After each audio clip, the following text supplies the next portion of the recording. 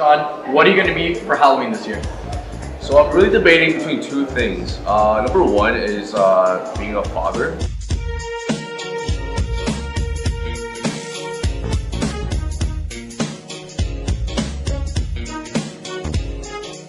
Father, as in a priest, always been for the past 3 years, and I'm thinking whether or not I should continue the tradition. But on the other side, I was thinking dressing up as a skier. So those are the things I'm debating on. You know, feel free to shoot me an email, you know, about your suggestions. I'll take your recommendation into consideration, you know. Let me know. Also, if you add Sean on Facebook, he actually has a running poll going right now, so get your votes in while you can. Thanks. Yes. Michelle, what are you going to be for Halloween this year?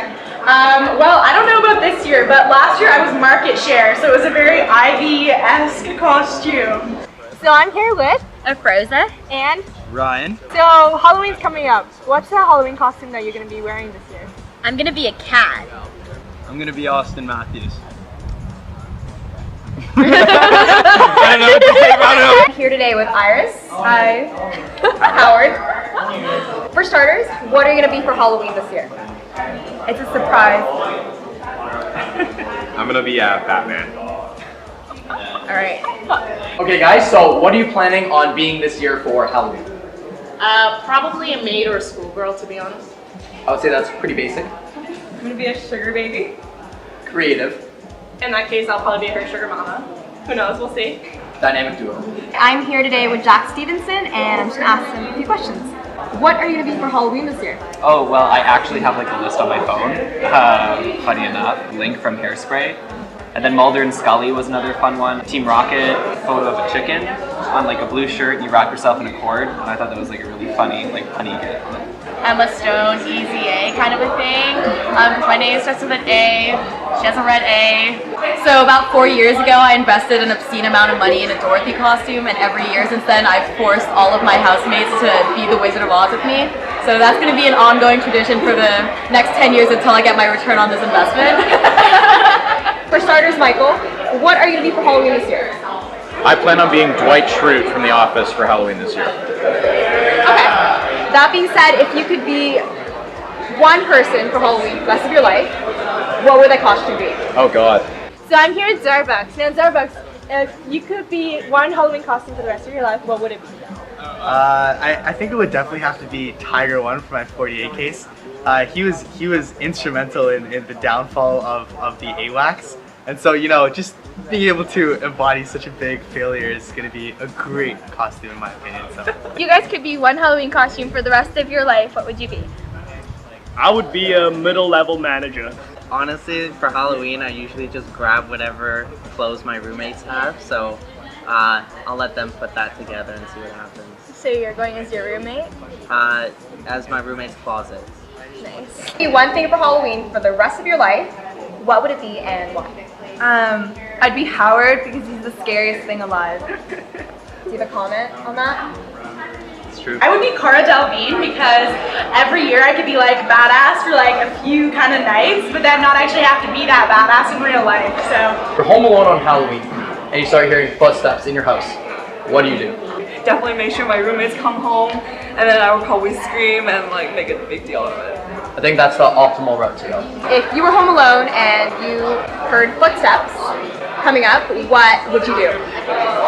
Well, then you got to burn the whole house down at that point. I mean, there's no real other option there. Set the whole house on fire. Fair. So you hear footsteps in your house and you're home alone. What do you do? I hide behind my finance case books. Nobody is scared enough to do that, so. I'm very comforted in the stats of serial killers because it's actually very arrogant to think that you're going to be killed by a random serial killer because there's so few of them and there are so many people. So really you just tell yourself that a million times and you're fine.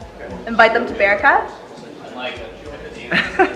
I'd probably be laughing. Like I am right now. So we recently had our 48 report. What was the funniest or weirdest thing that happened during your 48 experience? So I actually had a pretty good experience, but you know, it definitely comes to those late night conversations. I love my group and I hope they love me too. Nice, great. You're 48. I just found it was really long, but you got some like nice bonding time with people at 2 a.m. in the building. Man. Thanks. Very little sleep. We went 27 hours straight, no sleep at one point. So I think it was very cool to see how your thought process changes after no sleep, going from 7 in the morning till 10 a.m. the next day. Tony, what was your favorite part or the weirdest thing about the LPO 48? I think it was the introduction of our little group terms like bozo. Yeah, and I think that the inside jokes are the best part about the 48. All right, so you had your first 48 last week. Yes. How did it go? Any favorite memories? Any weird things happen? Let me know.